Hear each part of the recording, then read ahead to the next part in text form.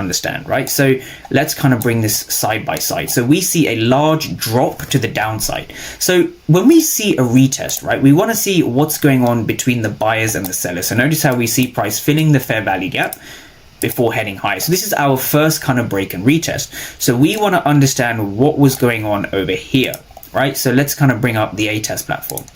So this is the same chart you see over here, right? So what we can see is we see a large amount of aggressive sellers and we see a large amount of aggressive sellers. What's interesting on the ATAS platform, if we just look at this candle over here, if we kind of dive into it, is this. We can see we have a green candle. We see price moving higher with a green candle. So we see bullish activity. But despite seeing the bullish activity, we see an accurate retest over here. So this was the retest that corresponds to this area. This means that aggressive sellers failed. And the reason I know aggressive sellers failed is because we can see the negative delta. So a very quick summary of what we see over here. We have a green candle with lots of negative delta. So we see 77 for 0, right? So what does that 77 for 0 actually means, right? The most interesting thing I think with trading is understanding what is going on behind the candles, right? How can you use order flow, volume, and delta footprint charts to give you an accurate indication to a true break and retest?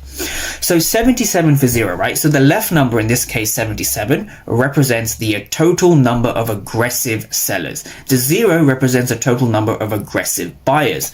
So here on ES, this is roughly, traders can go and back test. So 62.53, 62.54. Round about this area of 62.53, we see a large number of aggressive sellers.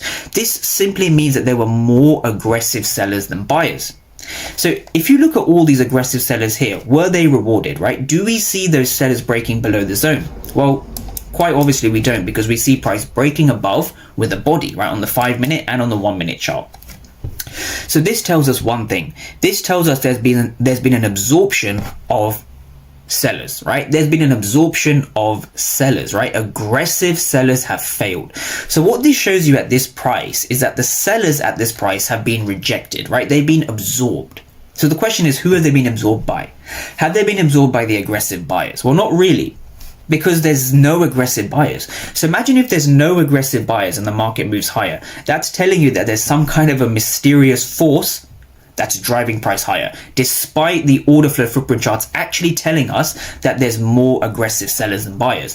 So what's going on here is that the aggressive sellers are being absorbed by the passive buyers. And so that is the key fundamental. So what you want to understand from a break and retest, the only reason a break and retest holds, the only reason we get price break